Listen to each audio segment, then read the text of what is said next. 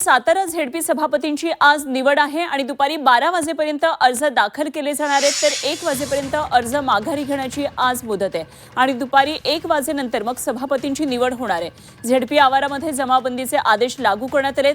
अध्यक्ष उपाध्यक्ष निवडीवेळी मागच्या वेळी राडा झालेला होता आणि त्यामुळे आजच्या दिवसाच्या संपूर्ण घडामोडीकडे सातारा जिल्ह्यातल्या नागरिकांचं लक्ष असणार आहे आणि काय नेमकं हे सगळं वातावरण आज साताऱ्यामध्ये याचाच आढावा घेतलाय आमचे प्रतिनिधी तुषार तपासे यांनी। सातारा जिल्हा परिषदेच्या सभापती निवडी आज पार पडतायत आणि त्याच्यासाठी खरं तर 144 कलम या ठिकाणी लागू करण्यात आलाय, जमावबंदी आदेश लागू करण्यात आलाय।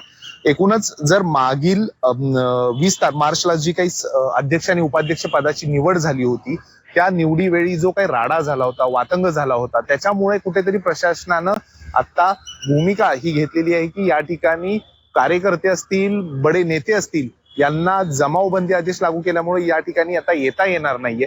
खरं तर जो राडा झाला होता, मंत्री शंभूराज देसाई आणि मकरंद पाटील यांना पोलिसांकडून धक्काबुक्की झाली होती अध्यक्षपदाच्या निवडीवेळी आणि त्यामुळं हा विषय विधान परिषदेमध्ये आणि विधानसभेमध्ये सुद्धा गाजला होता।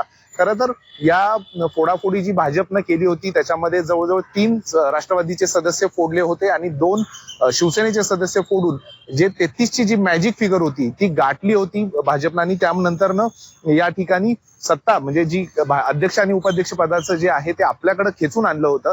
मात्र यावेळी आता खरं तर जे 2 राष्ट्रवादीचे सदस्य होते त्यावेळी त्या दोघांना देखील पोलिसांनी अचानकपणे ताब्यात घेतलं होतं, अपहरणाच्या गुन्ह्याखाली खरं तर ताब्यात घेतलं होतं आणि त्यानंतर आता आज खरं तर सभापती निवडी होत आहे। त्यामुळे या ठिकाणी 32 आणि 33 अशा फिगर आता ह्या दोन्ही गटांकडे आहेत। खरं तर भाजपकडे 33 ची मॅजिक फिगर जरी असली तरी एकूणच आता ज्या 2 सदस्यांना घेऊन गेले होते पोलीस ते सदस्य ह्यावेळी त्या ठिकाणी उपस्थित राहणार आहे। त्यामुळे 32 ची मॅजिक फिगर 33 ची मॅजिक फिगर ही दोन्ही गटांना गाठता येते का हे पाहणं महत्वाचं ठरणार आहे। राष्ट्रवादी आणि शिवसेना यासाठी अजून काय प्रयत्न करतंय हे देखील पाहणं महत्वाचं आहे। त्याचबरोबर भाजप काय रणनीती आखतंय हे देखील पाहणं गरजेचं आहे आणि त्यामुळे सभापती पद कोणाकडे जात आहेत हे देखील काही वेळात स्पष्ट होणार आहे। तुषार तपासे, झी मीडिया, सातारा।